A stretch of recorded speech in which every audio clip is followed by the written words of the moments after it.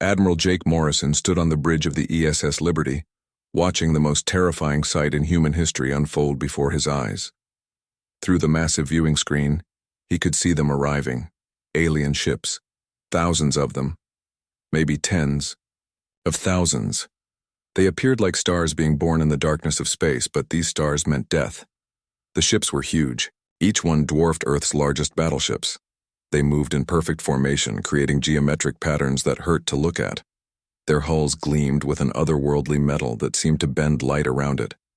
Energy coursed along their surfaces, like lightning trapped in glass. "Admiral, we're receiving a transmission," said Lieutenant Amy Torres from the communication station. Her voice was steady, but Jake could see her hands shaking. "Put it through," Jake ordered. The screen flickered, and suddenly they were looking at something that definitely wasn't human. The creature had 6 eyes arranged in a triangle on its elongated head. Its skin looked like polished stone, and when it spoke, its voice carried the weight of absolute authority.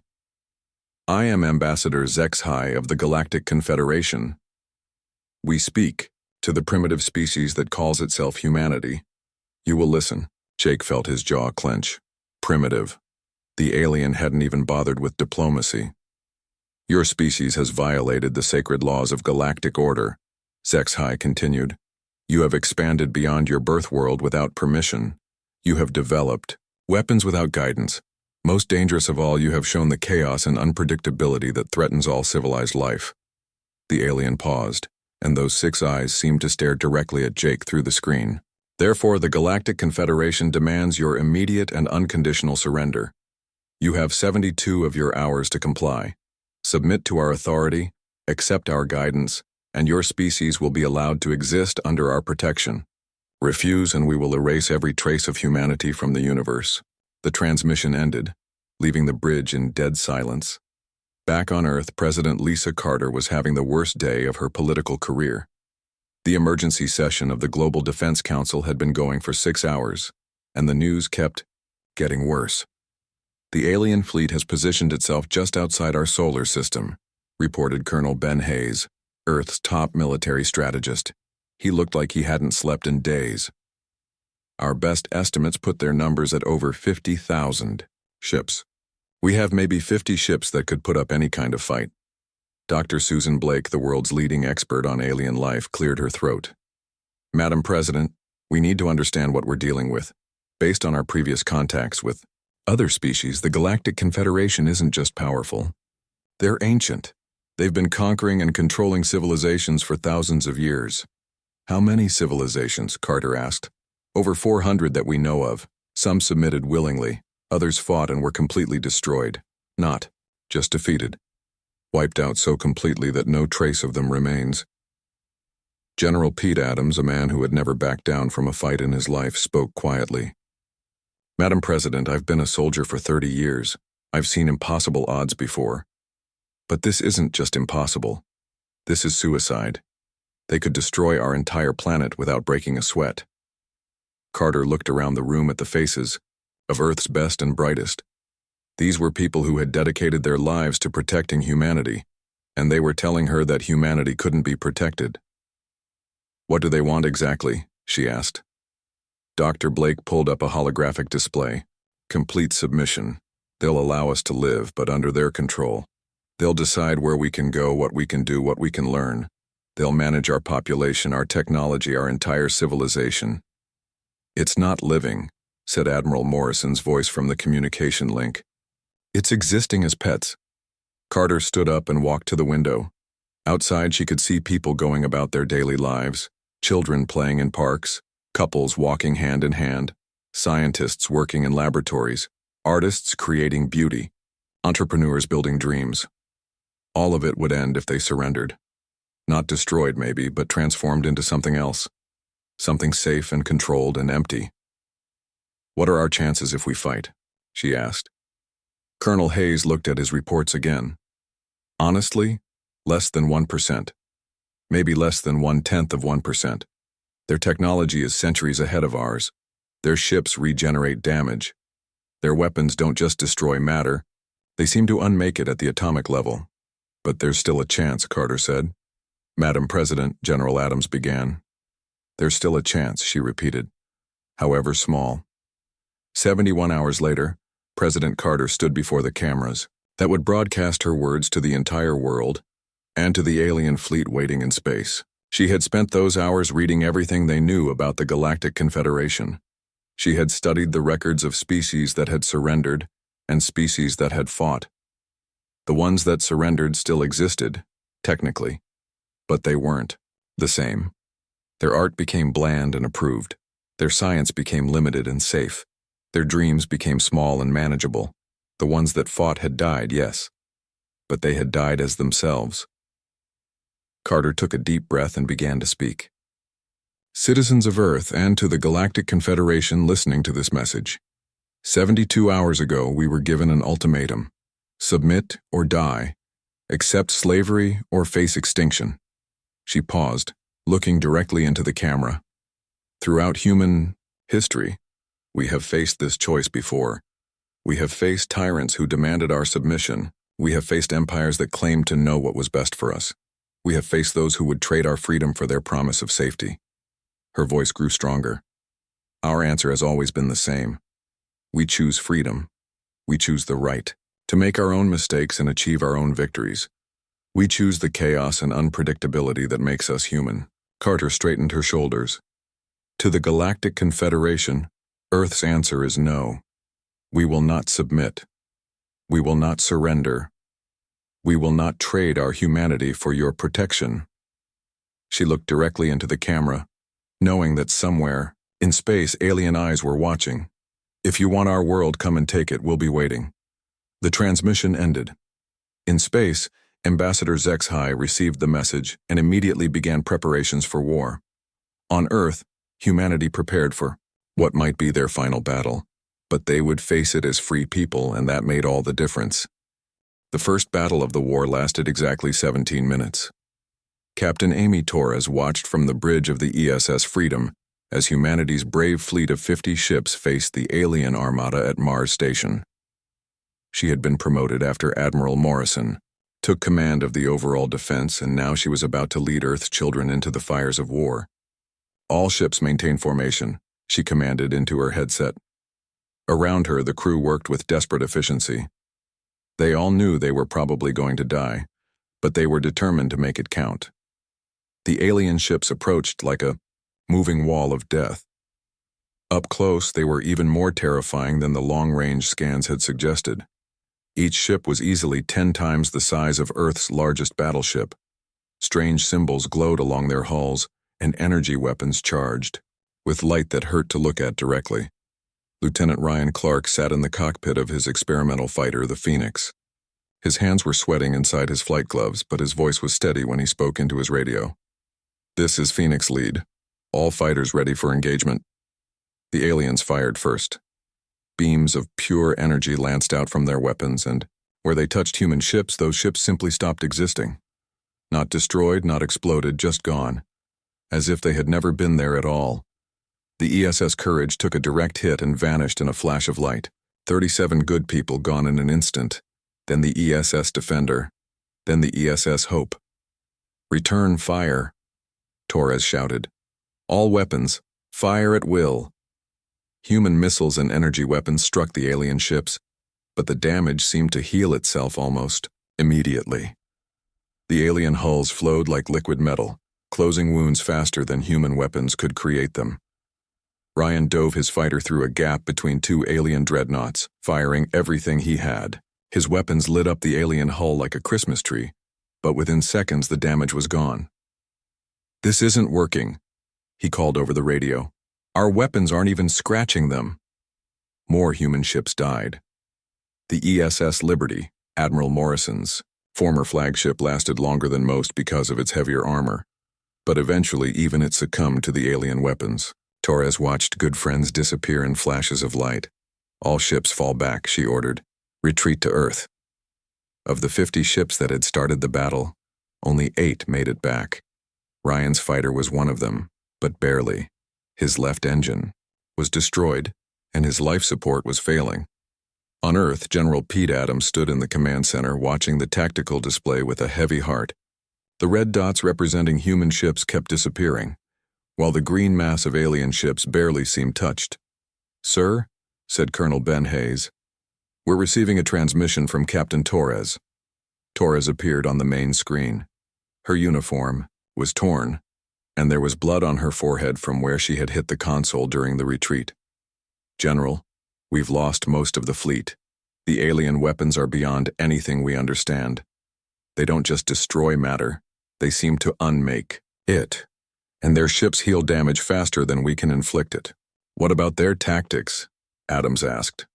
"That's the strange part, sir. Their tactics are almost too perfect, too rigid. They moved like they were following a textbook, even when it would have been smarter to adapt." In his laboratory beneath the ruins of Geneva, Dr. Alex Thompson was having the most important day of his career. He had been studying the wreckage that Ryan Clark had managed to bring back from the battle. A small piece of alien hull, no bigger than his fist, but it was enough. "Susan, look at this," he called to Dr. Blake, who was working at the next table. The piece of alien metal sat under a powerful microscope. But that wasn't what was interesting. What was interesting was what happened when Thompson applied different types of energy to it. "Watch," he said, activating a small electromagnetic field generator. The alien metal began to shimmer and vibrate. At certain frequencies, it actually seemed to weaken. "My God," Susan whispered. "It's not invulnerable, it's just tuned to resist conventional weapons." "Exactly," Thompson said, his excitement growing. "Their technology is based on exotic matter that responds to specific electromagnetic frequencies. If we can find the right frequency, we can make their armor useless," Susan finished. Meanwhile, in the ruins of New York, former Marine Sergeant Kate Miller was leading a very different kind of war. When the alien bombardment had started, most people had run for the underground shelters. Kate had run toward the alien landing sites. She moved through the rubble with 5 other volunteers, all carrying weapons that had been useless against alien ships, but might work against alien soldiers. They had been tracking an alien patrol for 2 hours. The aliens themselves were almost as terrifying as their ships. They stood 9 feet tall, with 4 arms and legs that bent in ways that made humans dizzy to watch. Their faces were hidden behind helmets that glowed with the same energy as their weapons. "There," whispered Danny Park, one of Kate's volunteers. He pointed to where 3 aliens were examining a human communication relay. Kate studied the aliens carefully. They moved with the same rigid precision as their ships. No wasted motion, no casual behavior, everything by the book. "On my mark," she whispered. 3, 2, 1, go. The humans attacked from 3 directions at once. Kate's team had learned something important. The aliens were individually powerful but terrible at adapting to unexpected situations. The first alien fell to concentrated rifle fire before it could bring its weapon to bear. The second managed to return fire, but Kate had already moved from where it expected her to be. The third alien actually tried to follow what seemed like a predetermined response pattern, even though the situation had obviously changed. Within minutes, all 3 aliens were down. More importantly, Kate's team had captured intact alien equipment. "This is incredible," said Lisa Wong, their tech specialist, examining an alien weapon. "The technology is amazing, but the user interface is almost childishly simple, like they've forgotten how to think for themselves." Back in the command center, Captain Torres was presenting her analysis to the surviving military leadership. "The aliens are incredibly advanced, but they've become slaves to their own technology," she explained. "They've spent so long being the most powerful force in the galaxy that they've stopped learning how to adapt." "What does that mean for us?" asked General Adams. "It means we have one advantage," Torres said. "We're used to being outgunned. We're used to having to think our way out of impossible situations. They're not." Lieutenant Clark, his arm in a sling from the battle, spoke up. "Ma'am, if Dr. Thompson can figure out how to disrupt their technology and if we can use tactics they don't expect, we might have a chance," Torres finished. "Not a good chance, but a chance." The meeting was interrupted by an aide running into the room. General, Dr. Thompson says he's got something. He wants to see you immediately. In his lab, Thompson had a prototype device the size of a briefcase. I call it a frequency disruptor, he explained. It generates electromagnetic pulses at the exact frequency that destabilizes alien matter. Does it work? Adams asked. Thompson activated the device and pointed it at the piece of alien hull. The metal began to crack and crumble. It works, Thompson said with a grin. Their invincible armor just became useless. For the first time since the aliens had arrived, General Adams smiled. How fast can you make more of these? Give me a week, and every factory on Earth that's still running, Thompson said. I'll give you enough to arm every soldier and ship we have left. Captain Torres looked at the crumbling alien metal and felt something she hadn't felt in days. Hope. All right, she said. Let's see how these aliens handle a fair fight. 3 weeks after the disaster at Mars Station, the war had changed completely. Admiral Amy Torres, promoted after the death of too many good officers, stood on the bridge of her new flagship, the ESS Defiance. She was about to try something that would either save humanity or get them all killed faster. All ships remember the plan, she spoke into her headset. We're not trying to win a fair fight. We're trying to make them think there is no fight at all. Around her, the crew worked with a confidence that hadn't existed a month ago. They had Dr. Thompson's frequency disruptors now, and they had learned how to use them. More importantly, they had learned how to think like humans instead of trying to fight like the aliens expected. The alien fleet was approaching the asteroid belt between Mars and Jupiter. Their formation was perfect as always. Admiral Zexhai believed he was chasing the last remnants of the human fleet toward their final destruction. He was wrong. Phase 1. Execute, Torres commanded.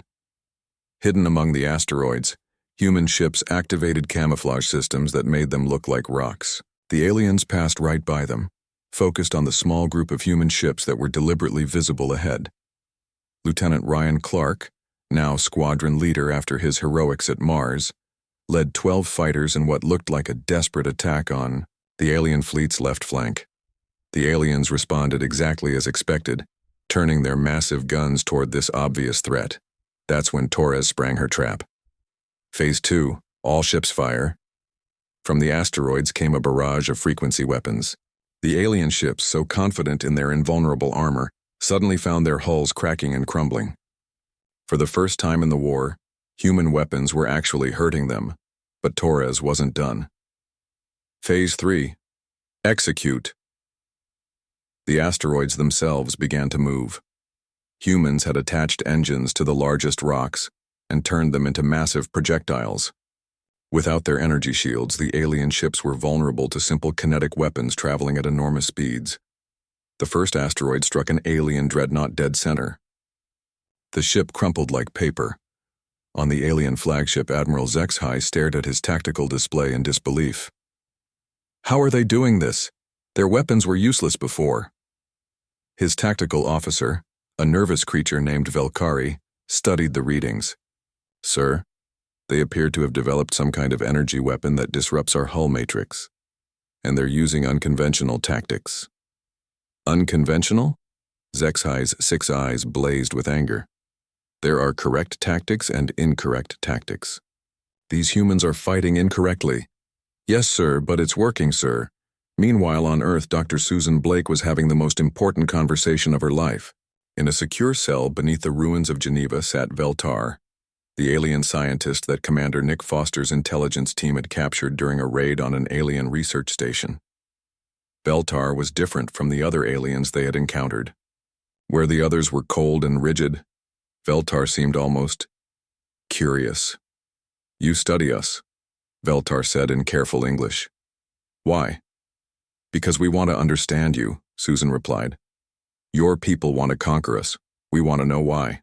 Veltar was quiet for a long moment. You fight strangely, not like the others. What others?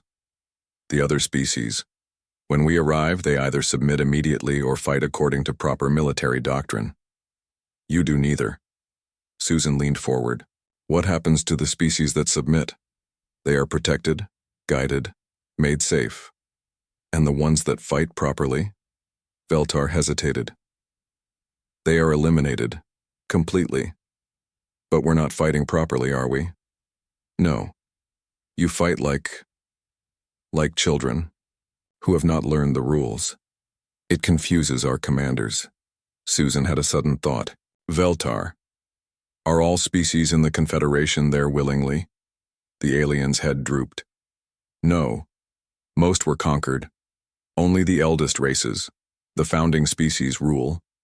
The rest serve. Including your people? The Velkari were conquered 800 years ago. We remember freedom. Back in space, the Battle of the Belt was reaching its climax. The alien fleet had lost a third of its ships to human tricks and traps, but they were adapting. Admiral Zexhai had finally abandoned rigid tactics and was trying to match human unpredictability. Torres realized her advantage was disappearing. All ships fall back to secondary positions. But as the human fleet retreated, Ryan Clark noticed something on his sensors. Admiral, I'm reading massive energy buildup from the alien flagship. I think they're preparing to fire their main weapon. Torres felt her blood run cold. Intelligence had suggested the alien flagship carried a planet-killer weapon, but they had hoped it was just a rumor. All ships, evasive maneuvers, she shouted. The alien flagship fired. A beam of energy larger than any weapon humanity had ever seen lanced out toward Earth. But instead of heading directly for the planet, it was aimed at Luna, Earth's moon. They're going to destroy the moon, someone shouted. The gravitational disruption will tear Earth apart. Torres made a decision that would haunt her for the rest of her life. All ships ramming speed, target the alien flagship. Ma'am, that's suicide, her tactical officer protested. So is letting them destroy Earth. All ships, this is Admiral Torres. We're going to ram that flagship and stop that weapon. It's been an honor serving with you all. But before the human ships could complete their desperate charge, something unexpected happened. 3 alien ships broke formation and opened fire on their own flagship. The planet-killer weapon exploded in a chain reaction that destroyed half the alien fleet. On the flagship's bridge, Admiral Zexhai stared in shock as his own ships turned against him. What is the meaning of this betrayal? On one of the rebel ships, Velkari Commander Kexival spoke with quiet dignity. It is not betrayal, Admiral. It is liberation. Dr. Blake's conversation with Veltar had been broadcast on hidden frequencies to Velkari ships throughout the fleet. The reminder of freedom had awakened something that 800 years of slavery had not quite killed. Torres watched in amazement as more alien ships joined the rebellion. Ryan, are you seeing this? Yes, ma'am. The aliens are fighting each other, not aliens, Torres corrected, thinking of her conversation with Dr. Blake about Veltar. Slaves fighting for their freedom. The battle ended with Admiral Zexhai's flagship destroyed and half his fleet in rebellion. The surviving Confederation ships retreated to regroup, but the damage was done. Word of the rebellion spread throughout the galaxy on frequencies the Confederation couldn't control. In her lab, Dr. Susan Blake watched the tactical reports with Veltar beside her. Your people fought well today, she said. They remembered who they were before they were conquered, Veltar replied. You showed them that resistance was possible. This is just the beginning, isn't it? Susan asked. Veltar nodded. The Confederation has controlled the galaxy for thousands of years, but they have controlled it through fear and the belief that resistance was impossible. You have shown that it is not. Admiral Torres stood on her bridge, looking out at the stars where the alien fleet had fled. They had won this battle, but the war was far from over. However, for the first time since this all began, she believed they might actually have a chance. Set course for Earth, she commanded. We have a lot of work to do. The galaxy was waking up and humanity had given it the alarm clock. 6 months after the Battle of the Belt, the galaxy was burning with revolution. Captain Jack Robinson stood on the bridge of the ESS Freedom, watching as his ship approached a hidden Velkari base in the outer rim. His mission was simple in concept, but dangerous in execution. Convince an ancient enslaved species to trust humans enough to fight alongside them. The Velkari base was built inside a dead moon, hidden from Confederation sensors by technology that was old when humans were still learning to make fire. As Jack's ship docked, he was met by Commander Kexaval, the Velkari officer who had started the rebellion at the belt. "Captain Robinson," Kexaval said in his translated voice. The Velkari looked like a cross between a mantis and a dolphin, standing 8 feet tall with forearms and skin that changed color with their emotions. Right now, Kexval's skin showed the deep blue of cautious hope. "Commander," Jack replied. "Thank you for agreeing to meet." They walked through corridors carved from solid rock, past Velkari workers who had never seen a human before. Jack could feel their eyes on him, measuring, judging. These people had been slaves for 800 years. Trust would not come easily. In the command center, Veltar, the scientist who had first spoken with Dr. Blake, was waiting with several other Velkari leaders. The room was filled with holographic displays showing star maps and fleet positions. "The situation has changed dramatically since our last communication," Veltar explained, his skin shifting to excited green patterns. "Word of human resistance has spread to 17 different species, but the Confederation is responding." A new hologram appeared, showing a massive fleet of ships unlike anything Jack had seen before. These weren't the elegant curves of normal Confederation vessels. These were angular, brutal, covered in weapons. "War Master Thexmore," Kexval said, his skin going dark with fear. "The Confederation's ultimate enforcer. He has been given absolute authority to crush the rebellion." "How many ships?" Jack asked. "Over 100,000, Veltar replied. "And these are not regular Confederation vessels. These are the ships they use to exterminate entire species." Back on Earth, Admiral Amy Torres was dealing with the same intelligence reports. In the 6 months since the Belt, humanity had grown from a single desperate species to the center of a growing alliance. But growth had brought new problems. "We have 17 different species, each with their own technology, their own tactics, their own goals," reported Colonel Ben Hayes. "Coordinating them is like herding cats, alien cats, from different dimensions." Dr. Alex Thompson, now Earth's chief technology officer, was more optimistic. "The diversity is actually helping us. Admiral, each species has contributed something unique. The Velkari gave us their stealth technology. The Zephyrians shared their shield harmonics. The Crystalline Collective provided computational power we never dreamed of." "And in return?" Torres asked. "We're teaching them how to fight like humans." Thompson grinned. "How to be unpredictable, adaptive, chaotic. It's the one thing the Confederation has never learned to counter. The proof of that was Operation Prometheus, humanity's most ambitious project yet. In the hidden shipyards of Titan, workers from a dozen species were building something that had never existed before. A space station capable of mass-producing frequency weapons and distributing them across the galaxy. Engineer Maria Santos oversaw the construction with the intensity of someone who knew the fate of multiple civilizations rested on her work. The station was massive, stretching over 50 kilometers in length.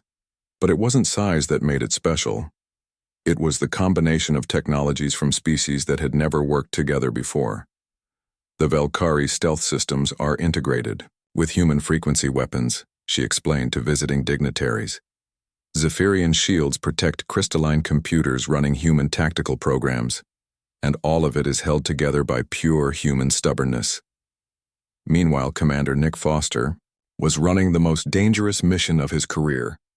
His intelligence teams had infiltrated Confederation worlds throughout the galaxy, spreading not just weapons but something far more dangerous: the idea that resistance was possible. On the world of Kethvar, former Confederation loyalist Captain Yexmal read a human tactical manual, while his own people argued in hushed tones about whether freedom was worth the risk of death. "The humans fight as if rules do not apply to them," Yexmal told his officers. "They use asteroids as weapons. They hide among space debris. They turn their own weaknesses into strengths." "But is it honorable?" asked his second-in-command. Yexmal thought about the question seriously. His people, the Kethavari, had served the Confederation faithfully for 600 years. They had been told it was honorable to serve, honorable to submit, honorable to follow orders without question. "Is it honorable to remain a slave when freedom is offered?" he finally replied. The answer came 3 days later when Confederation enforcers arrived to investigate reports of seditious thinking among the Kethvari.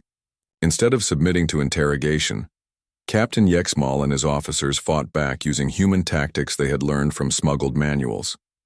The enforcers, trained to deal with conventional resistance, were completely unprepared for defenders, who used their own landing shuttles as bombs and turned the planet's weather control system into a weapon. As rebellion spread across dozens of worlds, War Master Thexmore prepared his response. His ship, the Absolute Order, was the size of a small moon and carried enough firepower to sterilize entire star systems. "The infection spreads because we have been too gentle," he declared to his assembled fleet commanders.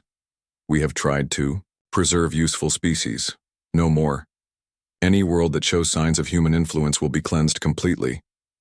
His first target was Europa, one of the outer colonies where humans and Velkari had established a joint base. The attack was meant to be a demonstration of what happened to those who defied the Confederation. Admiral Torres received the warning with just hours to spare. All available ships set course for Europa. Maximum speed. "Ma'am," said her tactical officer, "we'll only have 30 ships. Thexmore has over 1,000. "Then we'll have to be 30 times better than them," Torres replied. The Battle of Europa became legend among the rebel species. Outnumbered 30 to 1, the combined human-alien fleet used every dirty trick they had learned. They hid ships inside the planet's rings, used the moon's gravity well to slingshot missiles at impossible velocities, and even crashed an empty cargo hauler into Thexmore's flagship at near-light speed. But the real victory wasn't tactical, it was strategic. The battle was broadcast live across rebel networks, showing the galaxy that even the Confederation's ultimate enforcer could be hurt, could be outmaneuvered, could be beaten. Lieutenant Ryan Clark, now commanding his own squadron, led the final assault on the Absolute Order. "This is for every species you've enslaved," he shouted as his fighters dove through the massive ship's defensive grid. The frequency bombs they planted didn't destroy Thexmore's flagship, but they damaged it enough to force a retreat. More importantly, they captured Confederation encryption, codes that would allow rebel forces to intercept enemy communications. As the Confederation fleet limped away from Europa, Torres stood on her bridge and realized that something fundamental had changed. 6 months ago, humanity had been alone and desperate. Now they were part of something larger. "Admiral," reported her communications officer, "we're receiving messages from rebel cells in 43 different star systems. They're all asking the same thing." "What's that?" "When do we take the fight to the Confederation homeworlds?" Torres looked out at the stars and smiled. "Tell them soon. Very soon." The rebellion had grown beyond anyone's wildest dreams. What had started as humanity's desperate refusal to surrender had become a galactic war for freedom. And they were winning. 1 year after humanity's refusal to surrender, Admiral Amy Torres commanded the largest fleet in galactic history. Ships from 43 different species floated in formation above the dead world of Nexus Prime, preparing for the final battle of the war. The target was Kex Mindor, capital world of the Galactic Confederation and home to the Supreme Chancellor who had demanded humanity's surrender so long ago. It was the most heavily defended planet in the galaxy, protected by weapons that could destroy entire fleets and shields that had never been breached. "Admiral," reported Captain Jack Robinson from his position aboard the Velkari command ship, "all fleet groups report ready. We have over 10,000 ships from the Free Species Alliance." Torres looked out at the assembled fleet and felt a mixture of pride and sorrow. So many good people had died to reach this point. Admiral Morrison killed in the Siege of Titan. Colonel Hayes lost when the Confederation bombed Geneva again. Dr. Thompson, who had died installing the final components of the frequency cascade generator that might win them this war. "All ships, this is Admiral Torres," she announced on the fleet-wide channel. 1 year ago, the galaxy demanded our surrender. Today, we demand theirs. The fleet began its approach to Kex Mindor, but they weren't alone. Supreme Chancellor Vex Thule had prepared his own surprise. Hidden in the outer system were 3 planet-killer ships, weapons of mass destruction that the Confederation had never been forced to use. President Lisa Carter, now leading the Galactic Council of Free Worlds from her temporary headquarters on Luna, watched the tactical displays with growing concern. "Amy, we're reading massive energy signatures from those planet killers. If they fire on Earth, they won't get the chance," Torres replied, though she wasn't sure she believed it. The battle began with the largest space engagement in recorded history. Tens of thousands of ships clashed in the space around Kex Mindor, while the planet killers moved toward Earth with enough firepower to crack the planet in half. Lieutenant Ryan Clark, now a squadron admiral himself, led the desperate mission to stop the planet killers. His strike force included ships from every member species of the Alliance, but they were vastly outnumbered. "Remember," he told his pilots, "we're not trying to destroy those ships. We just need to buy enough time for Dr. Thompson's last gift to work." Dr. Thompson's final creation was the Frequency Cascade Generator, a weapon that could theoretically disrupt Confederation technology on a system-wide scale, but it required a precise installation in the heart of Kex Mindor's planetary shield grid, and someone would have to get close enough to activate it manually. That someone was Ryan Clark. Flying a modified fighter equipped with the generator, Ryan dove through the heaviest defensive fire in galactic history. His ship was hit dozens of times, systems failing one by one, but he kept flying through sheer determination. "This is Phoenix Leader," he called over the radio as he approached the shield generator. "Beginning final approach." Behind him, the combined fleet fought desperately to keep the Confederation forces busy. Captain Jack Robinson's diplomatic wing had convinced 12 Confederation species to switch sides during the battle itself, but it still wasn't enough. The planet killers were charging their main weapons, preparing to fire on Earth. Ryan's fighter crashed through the shield grid and into the generator facility. As alarms screamed around him, he manually installed Dr. Thompson's device with hands that shook from radiation poisoning and blood loss. "Torres, this is Clark," he called weakly. "Device is in place. Activating in 10 seconds. Ryan, you need to get out of there," Torres shouted. "No time," Ryan replied. "Tell everyone. Tell them it was worth it." He activated the Frequency Cascade Generator. The effect was immediate and devastating. Every Confederation ship in the system suddenly found their technology failing. Weapons shut down, shields collapsed, and engines died. The planet killers, just seconds from firing on Earth, went dark and began drifting helplessly. But Ryan's wingman, Lieutenant Sarah Kim, had other ideas about leaving him behind. Ignoring direct orders, she dove her own fighter through the collapsing shields and pulled Ryan from the wreckage just before the facility exploded. "You always were too stubborn to die properly," she told him as they escaped. With their technology crippled, the Confederation fleet was helpless against the Alliance forces. But Admiral Torres had learned something from humanity's year of war. Victory wasn't just about winning battles. It was about what you did after the fighting stopped. "All ships, cease fire," she ordered. "Prepare to accept surrenders." On Kex Mindor, Supreme Chancellor Vex Thule sat in his command chamber as rebel forces surrounded his palace. For the first time in his 1,000-year life, he was experiencing something he had never felt before: defeat. Captain Jack Robinson entered the chamber with an honor guard of humans and allied species. "Supreme Chancellor, by the authority of the Galactic Council of Free Worlds, you are under arrest for crimes against sapient life." Vex Thule looked at the mixed group of species before him. A year ago, they had been subjects or enemies. Now they stood together as equals. "How?" he asked simply. Jack thought about the question seriously. "You taught the galaxy that resistance was futile. We taught them that freedom was possible."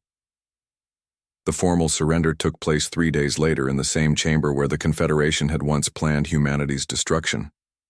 Representatives from hundreds of species gathered to sign the Galactic Accords of Freedom, establishing principles of self-determination and mutual defense. President Carter, now elected as the first president of the Free Galactic Republic, stood before the assembled delegates. "We gather not as conquerors and conquered, but as free beings choosing to work together." Admiral Torres, accepting the surrender of the Confederation fleet, was surprised to find Veltar among the delegation. "Admiral," the Velkari scientist said, "my people have a question. What happens now?" Torres looked out at the stars visible through the chamber's massive windows. "Now we go home. We rebuild what was destroyed. We learn from each other. And we make sure this never happens again." "And if new tyrants arise?" Torres smiled. "Then we'll teach them the same lesson we taught these ones. That freedom is not a gift to be given or taken away. It's a right to be defended." The war crimes trials took months, but they were fair and thorough. Some Confederation leaders were found guilty of genocide and executed. Others who had acted under orders or tried to minimize harm were given lighter sentences. The trials established something new in galactic law: the principle that following orders was not an excuse for committing atrocities.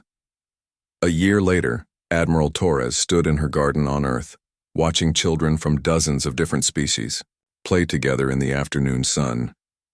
Her own daughter, born after the war, was learning to walk alongside a young Velkari whose parents had died fighting for freedom. Ryan Clark, fully recovered from his injuries and married to Sarah Kim, was teaching advanced tactics at the new Galactic Defense Academy.